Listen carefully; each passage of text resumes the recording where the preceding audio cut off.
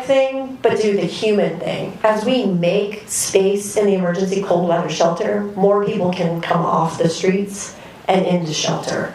And so we are going to be, this process will be iterative, right? We will see impacts both in the people not returning to the streets and those that are able to come off the streets. So with that, I hope you will think of any questions as we kind of proceed through this, because I do want this to be an opportunity to answer your questions about this. And with that, I'm going to turn it over to Allison Keir, who's the Executive Director of the Covenant House. She's also the Chair of the Advisory Council for the Continuum of Care. I like how I have Chris over here kind of protecting my back. Thanks, Meg. As Meg said, my name is Allison Kerr, and I'm the Executive Director of Covenant House Alaska, and I'm also the chair of this year's COC Homeless Prevention Response System, which is really charged with kind of monitoring and fulfilling all the obligations of HUD for our continuum of care.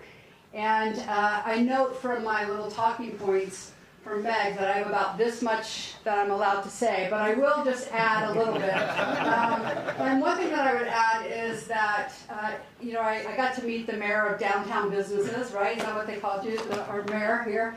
And one of the things that he said is that it was decades in the making, right? And that there was a lot of work put at it.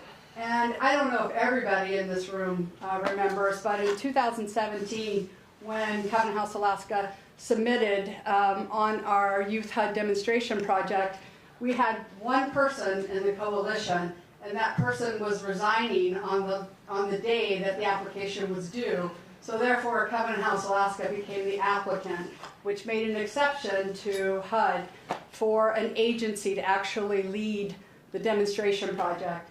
And I say that mainly to just express how that allowed for a lot of collaboration. We didn't do it alone as an organization. We really leaned on all of our partners and youth providers to say, let's come together and let's develop a system that we don't have. So what was primarily in 2017 a shelter-based model, with Covenant House leading most of the shelter efforts, is now really our largest team is our rapid rehousing and our permanency navigator team, housing young people to about a rate of 200 per night between all of our different programs, whereas before it was about 45 young people a night. So all that to say, it's an evolution, and we have taken copious notes, so every lesson learned is a lesson that belongs to this community, and that we bring to the table every time we have a conversation about what can be different in our community. So I really appreciate, one, being able to serve in this capacity, and also to lead an organization that our curiosity lands on how can we do it better, and how can we be in a space where every young person gets the right type of intervention that they need. So thanks, Meg, and I get to say, Mr. Mayor, come on up. Now this is our mayor.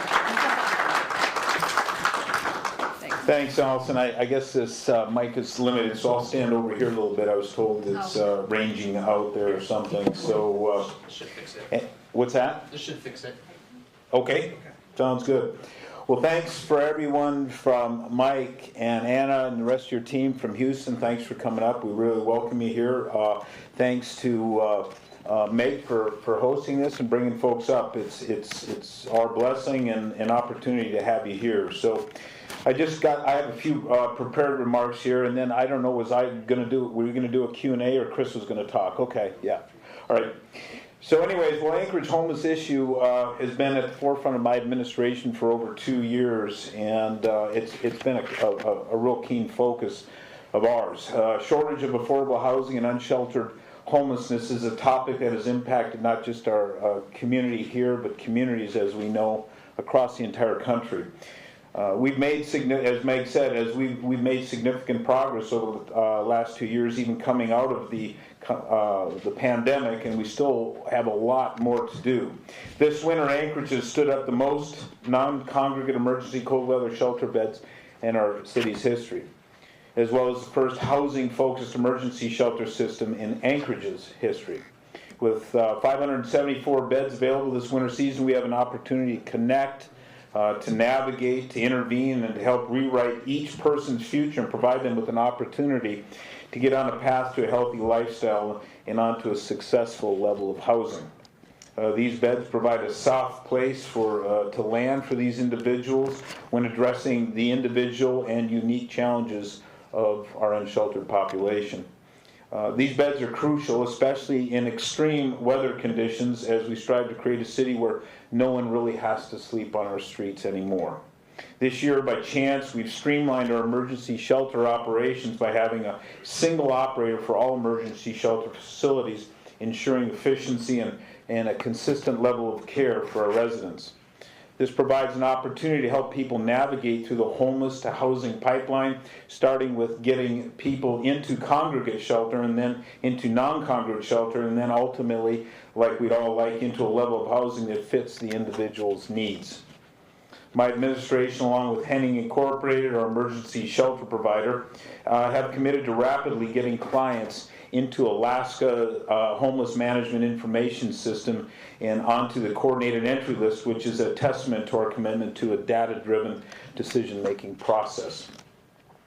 This ensures a more effective and equitable distribution of resources to those actually in need. We are leaving no one behind in our efforts to end homelessness here in Anchorage. Now shifting away from shelter and on to successful housing, the transformation of the Golden Line Hotel into affordable housing is a testament to what is possible when we as a community come together.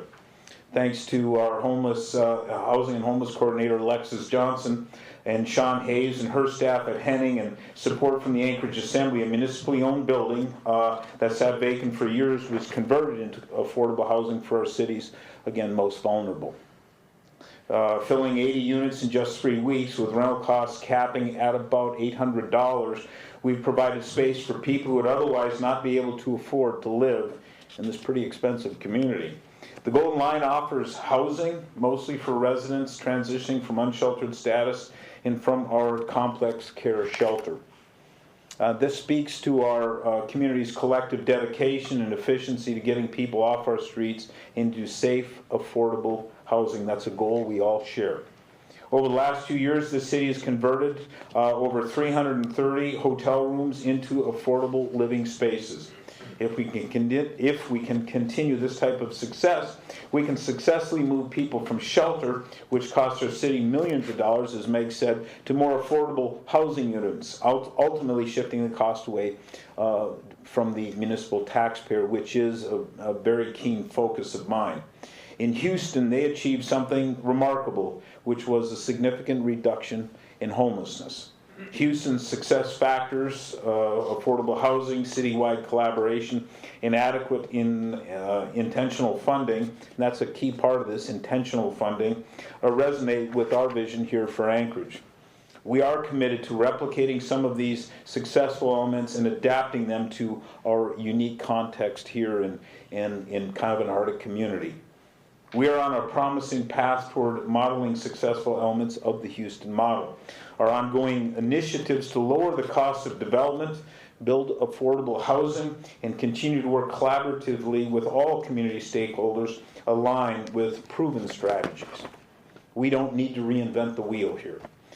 We are confident that we will continue to make significant strides in coming years. I want to express my deepest gratitude to all the stakeholders here and not here, such as government agencies, community organizations, social service providers, and volunteers who have dedicated their time and effort, and quite frankly their lives, to ending homelessness here in Anchorage. Your collective contribution is the driving force behind the progress that we've seen in the last few years. As we come together today, let us recommit ourselves to the vision of a city where every resident has a home. Together we can build a future where homelessness is a thing of the past and every person in Anchorage has a place to call home.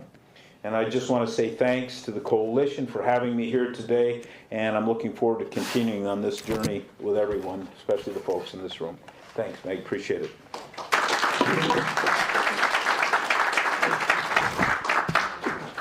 Good evening, everybody, and welcome. I'm so glad you've all made it to this event. In particular, I would like to welcome our friends from Houston, Texas. It's great that you've made the journey up here. And, I had a conversation with a reporter today, and they asked, are they a mentor? Are they a peer? What is this relationship with Houston? Why are they here? And I said, I think this week is what is going to define that. That answer is yet to be made, but I think we are peers in this challenge because we're all dedicated to the mission of ending homelessness in our communities. And if it's here, if it's there, it's an American problem, and we have to tackle it. So, it's my honor to be here and celebrate with you the kickoff of the Next Step pilot program and learn from the Houston Coalition for Homeless and the City of Houston how they've done what they've done and how we can better model our programs after that. So again, welcome. For those of you who are unfamiliar with the Anchorage Assembly is the legislative body of the municipality of Anchorage. It sets policy and it sets the levy. It passes the budget. And so we have a duty to ensure that the services that are needed are funded. And not only that, we're 12 members who represent a municipality from what's called the Connect Bridge to Portage Pass, or colloquially, an area the size of Rhode Island, a very large area. So we're like a board of directors, we work hard, and we meet at least twice a month to take care of the business of the city. Now, a little bit of historical context. This is off script, Meg, I'm sorry. Just like Allison. Many, many years ago, Allison and I were much younger. She had just started her job at Covenant House long before she was the director. And I was actually a staff there. It was 1998, 1999. And I had taken another job, my first policy job, working with a company that I still work with today on a project called the API Replacement Project. So API is the Alaska Psychiatric Institute, and in the year 2000, it was a 150-bed facility providing critical care medical psychiatric services to individuals who needed it in crisis. And the mission of the legislature at the time was to, as they said, reduce the need for the most expensive and most intensive level of care by reducing the beds available and then funding community-based supports to ensure that the needs are met at the appropriate level of care. So, as legislatures do, they got the capital part right. They cut the building in half, but they did not invest in community-based supports. And so what happened is those people who were in critical need ended up on the streets of Anchorage and have remained there since. Fast forward to about 2013, 2015. Alaska decided it was going to follow Texas down a road called corrections reform. And the mission was we were going to be like that amazing conservative state who took a compassionate effort and invested substantially in community-based care to meet the needs of the individuals who were in prison, who really didn't need to be in prison, could be helped in the community, where we reserve our prison beds, those most expensive beds, for people who are dangerous to our community. So Alaskans, our legislature got to work, and they passed a bill. It's known as the darkness of SB 91. It was corrections reform, but what they didn't do was fund it. So they shut a prison down, and they pushed all of these individuals out into the streets without funding the community-based supports that were needed. And anybody in this work knows that the jails in our state, and probably in most of America, are the primary provider of behavioral health care, addiction services, and mental health care. So what happened was we had hundreds more people on the streets of our community not receiving the services that they needed, but instead being left to languish. So we've compounded that twice in a generation. And that's what leads us here to the current day. Now, back in 2019, the governor decided he was going to eliminate millions of dollars of basic support money for homeless services. That caused a crisis. The municipality was told by the providers, we are shutting down in 3 days. And so hundreds more people were about to be put onto the streets. And in fact, in my district, on a park strip in the downtown, it suddenly became an encampment, which didn't make my neighbors very happy. And so at that time, the mayor declared an emergency. The assembly pivoted very quickly to act. And in fact, the mayor did something I had never seen before. He brought together 4 major leaders in philanthropy. It was Widener Apartment Homes, Dean Widener. It was Providence Hospital. It was Primera Blue Cross Blue Shield. And it was Rasmussen Foundation, who all dedicated $8 million each. I think that's the number. It was $40 million total to helping tackle this issue in our community, which turned up the engine to high speed, and it got us moving forward on the path that we're on today, which is a dedication to ensuring that we provide housing first with supports. Now, that API hospital bed is the most expensive bed. It's several hundred, maybe thousands of dollars a day. Jail, a couple $100 a day per person. Shelter, I heard Meg say, $100 a day. We know we've appropriated that. And housing, $75 a day. We're going in the right direction if we want to save the taxpayers' money and solve the problem humanely. We're not there yet, but we're making progress.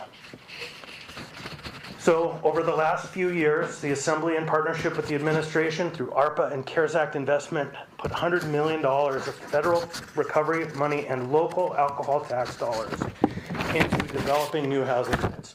And it has been an incredible public-private partnership. And we know what works for Anchorage. From the Anchored Home Plan, which is in its updating process right now, to coordinating and collaborating between partners and putting people directly into housing. We have the right partners, we have the right infrastructure, and we have the right regulations to make it work. Now we just need to find some more money. We need to find some more will to get this job done. And in fact, I was in DC for the last 3 days working with our delegation to ensure that we can find additional funds so we can land this plane, because the suffering is too high when we have people freezing in the cold and living out on the streets. So while our community is in a challenging time on our journey to end homelessness, we are making incredible strides. As you heard, we have more conversion hotel beds in place probably than anybody per capita across the country. We did receive an award from HUD. Those hundreds of housing units are coming online or online now and are pulling us in the right direction. Houston, we're told you set the gold standard. And so we're glad you're here to give us a close eye on what we're doing to ensure that what we're doing is on the path to that gold standard. I think you'll find that it is. I think the missing pieces are close. So the exciting news is that Anchorage is following your blueprint that we started many years ago. We've laid a lot of the groundwork that will allow us to see similar success. The key is that we have to continue to work together and find efficiencies in the system that we have.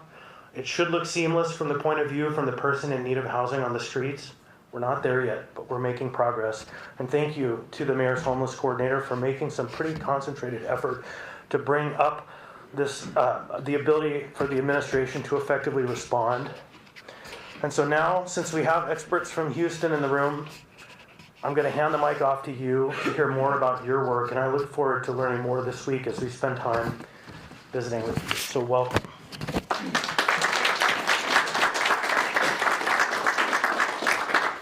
I'm Mike Nichols, and I'm the CEO for the Coalition of the Homeless in Houston, Harris County, Montgomery County, and Fort Bend County. And Mark Eichenbaum will follow me up, and if I make any mistakes, he'll clarify it.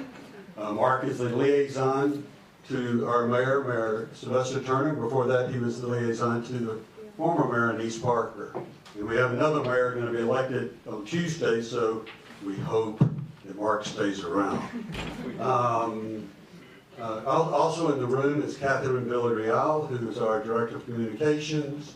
And Mayor, when they talk about Houston, one of the things that we did all this really good work, but when folks come to me in the business community or to talk about what we've done, they're most impressed that Catherine got 2 articles in the New York Times saying nice things about Houston. Because the New York Times never says nice things about Houston. So there's something good about working on homelessness. Anna Roush is with us. Anna is the brains in these operations. She is the real expert in bridging complex funding streams. And they're figuring out how to get that money in a way that puts people in housing, real units with a key and a lock and air conditioning, heating, lease in their name, and support services, paid for professional support services, case management, and subsidy for that rent. She's the genius behind this, who has since 2011 has housed more than 30,000 people. 9,000 people are housed tonight in Houston in permanent housing with all 3 of those components. Bob Urey is here. Bob is representing the business community and the philanthropic community. He is the mayor of downtown. For 31 years, he ran Central Houston, a real leader in making the downtown area successful. But one of Bob's secrets has been he's been very responsive to the business community, but he's also had a heart for those people who are living outside, who are experiencing homelessness. And Bob, for his many, many years, going back to the 80s, has been front and center of making sure we had this collaboration. So let me tell you about two stories, and then I'll be done. I'll turn it over to Mark. The first story is what makes Houston different. Excuse me, let me step back. The first story is why we're here. And I'm going to give you a secret of why we're here. We love to be invited places, but that's not why we're here. We think we can learn something from Meg, from your team, from the mayor. We're here to learn something. Part of what we have to learn, and we're looking closely, is about some of the collaborations that you've built, particularly with the medical community, healthcare. Really important. We too have had a wonderful situation with the COVID dollars coming in, and on December 31st, 2024, those dollars dry up, and it doesn't matter who's going to be president of the United States, those dollars aren't going to be there, and we have to figure out how to continue the success that we've had, and we think we can learn something from what y'all are doing here. So we're here for that reason too. We are peers here. The second thing I'd like to say is, if I look at Houston, and again, I've only been doing this for 5 years, I'm a business guy. Came into the coalition was having some fiscal, economic problems, and I got tapped to help, and I got completely into this. So I'm not any expert on people experiencing homelessness. I have a little expertise in bringing in money, but the real expertise is, when we do this as a team, is how do we get people housed? So Los Angeles Times said, what can Los Angeles learn from Houston? And they said organization, pragmatism, scale. Organization, I think y'all have it going right now. Today, this team here represents more than 100 nonprofit service providers, government entities, who are funders, business philanthropists. We are part of that collaboration. We're just in the center of it, making sure it holds together, because it doesn't hold together naturally. You have to talk about it all the time. Have lots of meetings, get people involved, keep telling the story of our success. So that's the organization. Pragmatism. You know, we too have the same system you have. That we are committed to house the most vulnerable people first. Those people most likely to die on the street. And that's what we want to do, because that's morally responsible. At the same time, we're pragmatic that we have to do what political leaders need done, which is to clear encampments, to decommission encampments, to help businesses run so they're not completely distracted by people experiencing homelessness. So that's the pragmatism. Scale. And this is where it's really hard. The city councilman, the state legislator, the mayor is going to get calls, and you will get calls daily saying, I see this person who is homeless. What am I going to do? And my wife asked me this question as she drives by a person experiencing homelessness. As one of my good friends has a daughter who's experiencing homelessness, my own niece is experiencing homelessness. And you go, we aren't going to get everybody. We're going to get 80 to 90% of the people to accept housing. We're going to get 80 to 90% of the people to succeed in that housing with services. It's not going to be everybody. And that's hard. That's hard. But to get to scale, that's what's required. So a lot of people want to say, we're going to solve this problem quick. We're going to move these folks into a place far, far away. That's not going to work. This housing is what works. The last thing I'll say is, as a business person, this is fiscally responsible. Here's what we know. It costs between $40,000 to $60,000 in Houston for someone to be living on the street. Most of that is in emergency health care, but it's in cleanup and other things. That's a lot of money. And you just heard, that means if it's 60,000 in Houston, it's 80,000 here. But you heard Meg's discussing it's going to cost you about $30,000 a year to house somebody with this supportive housing. It's fiscally responsible. And secondly, it doesn't last. It's not something that you'll have to do that same person year in, year out. Again, 90% of those people are going to be successful and be able to move on with their lives and build full lives. And that's what we've seen in Houston. It's something we're very proud of, and we think other cities can do it. Now, we too, like you, have to be on our toes and begin to change and think where this funding is going to come from. So my charge to, as I turn it over to Mark, is I think there's opportunity for funding here. Your mayor, like our mayor, wants to protect every dollar of local funds. It's fair. That's fair. But there's a lot of funding out there that's being poured into the state government, poured in that federal government has opportunities for, that you just have to have a system in place to bring those dollars here to Alaska. And then figuring out how to braid them to do what Anna does, to turn that into real housing for people. So we're here to learn that from you, because in 2 years we're going to have these same issues. So again, I appreciate being here. I appreciate the chance to learn from you. And I'll turn it over to Mark Eichenbaum, who really has done an amazing job making sure that whether there's 1, 2, or 3 mayors, we're going to house people. Thank you, Mike. Mayor, Assembly members, other elected officials. It's really an honor to be here in Anchorage. We go back in our relationship with Anchorage. A delegation came into town 5 years ago to Houston, and ever since then we've been working with the Rasmussen Foundation and other folks from Anchorage. We've had several members of the media come to Houston, and it's really been an honor. At the end of the day, we in Houston learned from other cities and even other states when we started off in our journey about 11 years ago. And now we get to pass that information and our lessons learned to other folks. And as Mike said, we're always learning constantly. At the end of the day, I think, Mayor Turner, who I send greetings from, likes to say in Houston, we believe in an old adage that you either go big or you go home. Okay? And so in Houston, we go big to send our most vulnerable home. And I believe that's what today's announcement is about. Last year, you roughly permanently housed around 100 people in 1 year. Now you have a plan to house 150 individuals in just 4 months. That is a seismic shift, a seismic achievement. And it doesn't even stop there.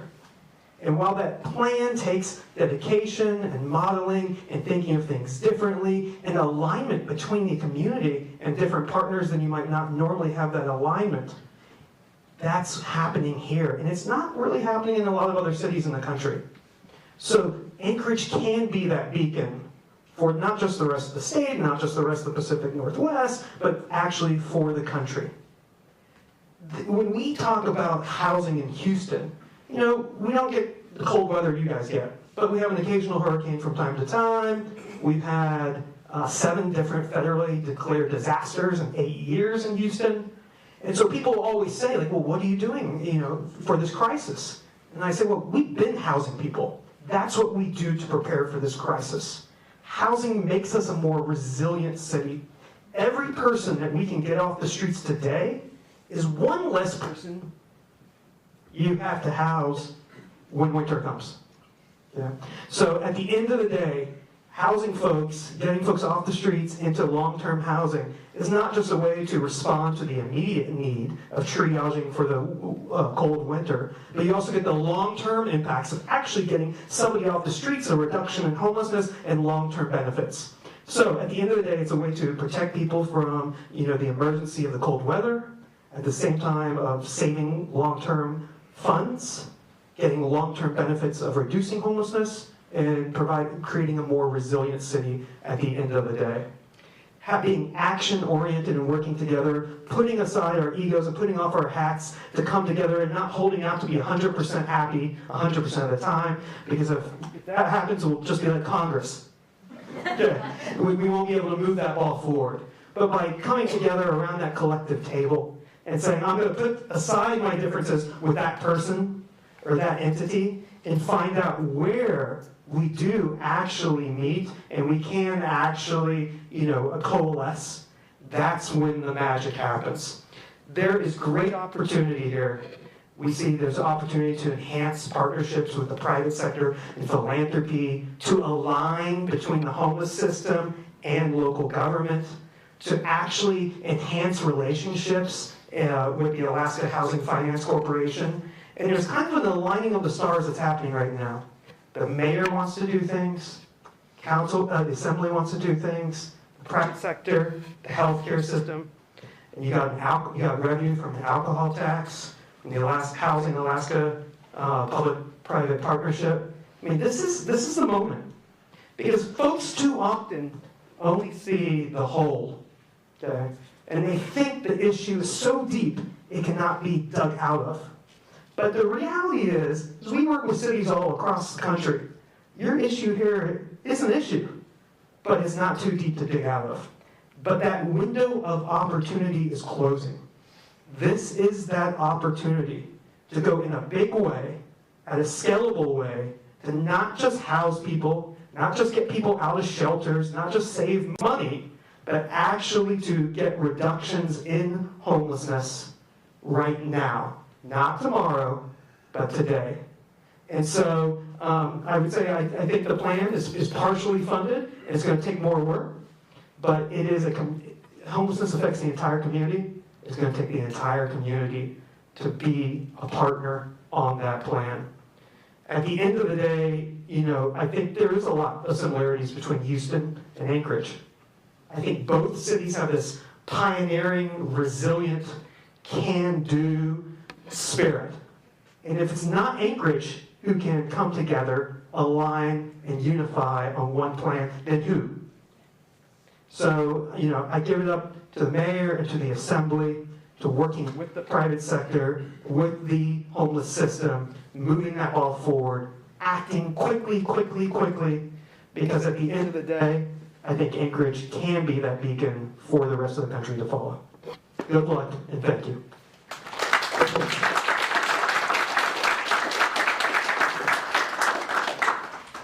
So we ran a little bit over time by about 5 minutes, but as long as, I know some folks have some hard outs, but we can maybe take a few quick questions. Yeah. I have a question for the mayor and also for Mr. Nichols here. Let me ask him, I'll ask the mayor first. When we went down to Houston and we spoke to a lot of these folks, and one of the issues when we came back and spoke to you was the issue of city funding, municipal funding towards permanent housing, which is what these folks speak about as a necessity. You told us a few months ago that you thought city money shouldn't go towards permanent housing, that was for other agencies to handle. Have you changed your mind about that, or are you open to changing your mind about that? Well, prescriptively, there is money that can go towards housing of a tax, but beyond that, dipping into so that's an external taxing source, the notion of going to the property taxpayer, my focus has been for 2.5 years is the sheltering. I support the housing that ACH is going forward. There's been many projects over the last couple of years, 2.5 years. I think there's only one I pushed back on, and that was because of a cost per unit, cost per door issue was incredibly expensive. But the housing model that we're talking about here, yeah, I support, but the P3 should be doing that. The taxpayers shouldn't. The taxpayers should be doing the sheltering component because it's a public safety issue. That first place, that MCT, fire department or MIT police department, bring that person when it's 10 below. I think we need control over that footprint, and that's all. That's what I'm trying to get to. So the notion that the property taxpayer, who we have people who are losing their homes in this city because the property taxes are going up, and since we're so short on housing, this notion you go from a nice big house that you built 30 or 40 years ago, now you're taxed out of it. There's not that stop in between. It's like, I had a lady, here I was talking to 2 weeks ago, and she said exactly that. I just lost my husband, I can't afford taxes on my house. She says, where do I go? She says, because the condos she was paying a lot of money for property taxes. There was no place to fall down to that next tier. She went all the way to the end of the line, which is verging on homelessness.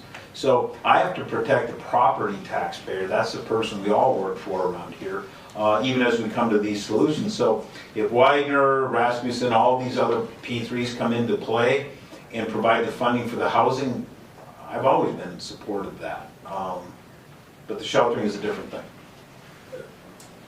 So you may want to comment about that issue, but one of the other things that we saw when we were in Houston that is a bit of a challenge here in Anchorage is when you put people into what you consider permanent housing, and we saw several examples, they tend to be actual apartments, small but actual apartments with a kitchen, a bedroom, and a living room.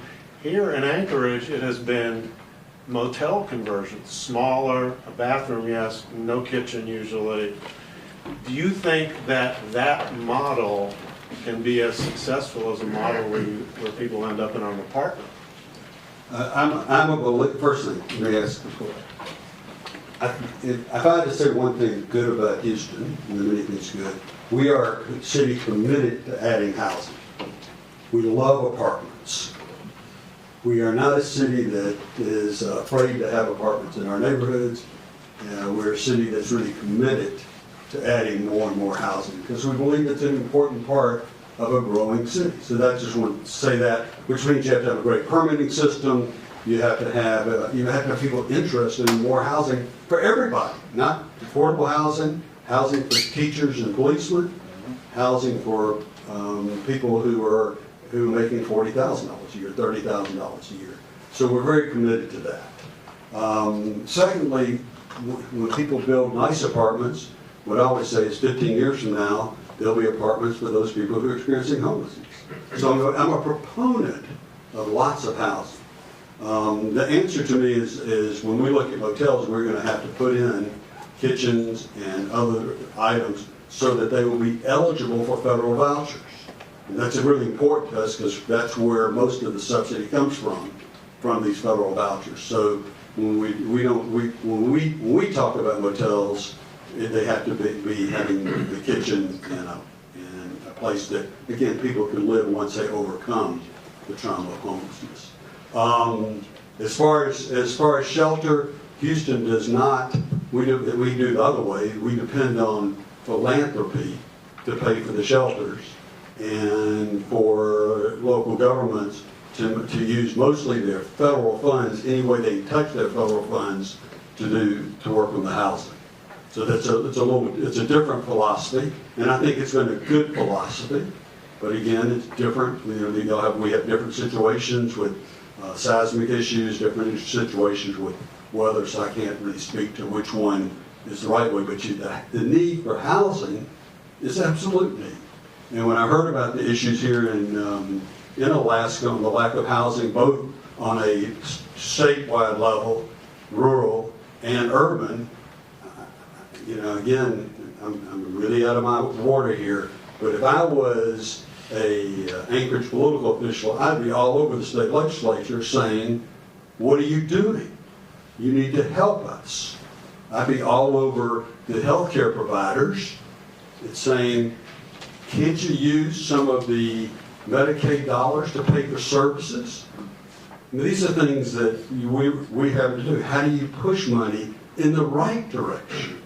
So this is something I think is still very important. Mark, you want to add anything to this? Because this has been something you've dealt with, again, for many years. Yeah, I would just add, look, when you're building housing, you're building for the future. And the more housing you have... You got to stand closer to this. Maybe that's sorry. The more housing you have, it will reduce the inflow into homelessness. So, but that's a long-term play. You have to figure out how to get housing to get people off the streets, not for tomorrow, but today. And the way you do that is you look into the private market as much as possible. You buy your way into that private market. You incentivize landlords to participate, and you do it in a very targeted fashion. But at the end of the day, it doesn't matter if it's a 4-story or 7-story multifamily complex or it's a house. You find whatever is the model that will work in your jurisdiction. So in Houston, we have a ton of apartments. So it's about finding apartment units. It's about building multifamily. Here in Anchorage, it may be different. Maybe a 4-plex, maybe a duplex, maybe a single-family home, maybe motels. It doesn't really matter at the end of the day. You throw wet spaghetti against the wall. You try a lot of different things, and you hope 1 or 2 actually sticks to drive that impact. At the end of the day, it's not. Mayor Parker would say it's not that Houston was doing anything wrong before we started the Way Home initiative. It's that we just weren't focused on impact. And so when you have to spend $9 million a year for sheltering during cold weather, how can you use those funds to actually also get long-term reductions in homelessness and drive that impact, while at the same time protecting people from the winter, but do it in a way that actually gets those impacts, and the mayor and the assembly can say, we're actually getting reductions in our homeless numbers. But at the end of the day, you find whatever model that is, and you try it all, and you go as quickly as possible. Questions? Yeah, Karen. Hi, I wondered in Houston, if you see, I was walking around the shelter the other day, and it was just randomly talked to 6 people, and all of them happened to not be from Anchorage. And it could have been just a coincidence, but have you felt like there's an influx of people if they hear there's hotels that we're giving out or there's apartments? How do you manage that other nearby communities are not, foisting their problem onto you? I get worried about that. Well, the first thing I'd say is half the people we've met here in Anchorage haven't originally been in Anchorage and haven't been here a long time, in the general population too. But the second thing is that was a concern when we started, that we're going to put on this neon open sign and that all these individuals facing housing instability are going to flood Houston. And we've looked at the data and we found that it just did not happen, is not true.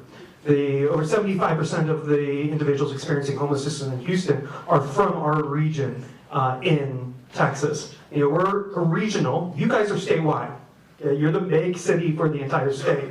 It's only natural that people that fall into homelessness and are vulnerable in all the other areas of the state will find their way here because it's perceived this is where the services are. These are the city that's more equipped than other smaller locations. So that happens to us regionally too. All the small cities in our region, folks migrate. It's not necessarily a concerted effort, but they find their way to Houston. So some of that is natural. It happens for every major big city in the country, but we're not getting flooded with folks from out of town to Houston looking for the services we're providing.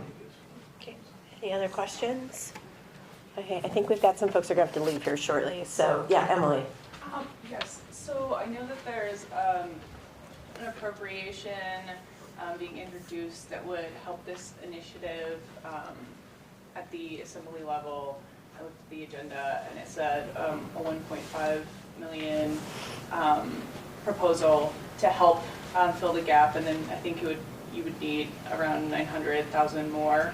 I'm curious whether you, Mayor Bronson, support that. If you've looked at that, I know you said you support this broadly, but you're concerned with the property taxpayer impact. And I also have a question about past housing surges.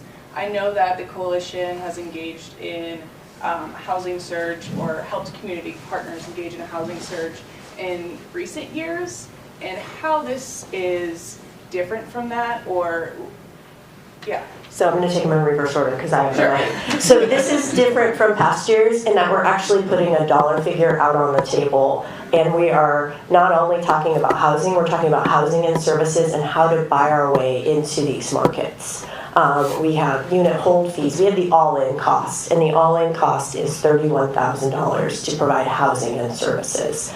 The previous efforts have always been kind of a glimmer of an opportunity. And guess what? We were really successful even without broad coordination. So our partner Henning, and we spoke with them at length today. We partnered with them in one of those glimmers of opportunity before and had great success. So we know how to do it, but what if we scale it, right? What if we just come out, say exactly what it costs, what we're leveraging and how we're doing it in a much more accessible way so that everyone can say, yeah, this is the next step we take and this is how it's successful. So that kind of question doesn't exist anymore. Alexis? Yeah.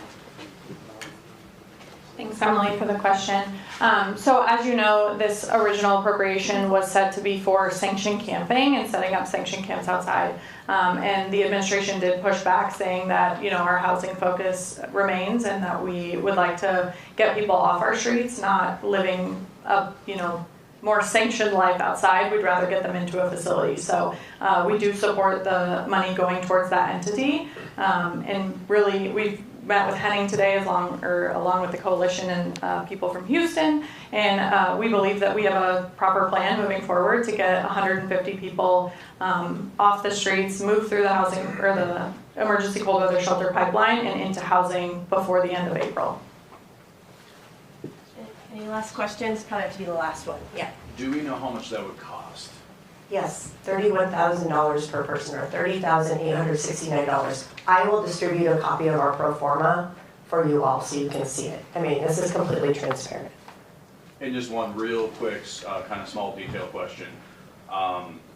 Who is paying for the trip up here for the folks to be up here from Houston? The coalition is sponsoring Houston coming up. Okay.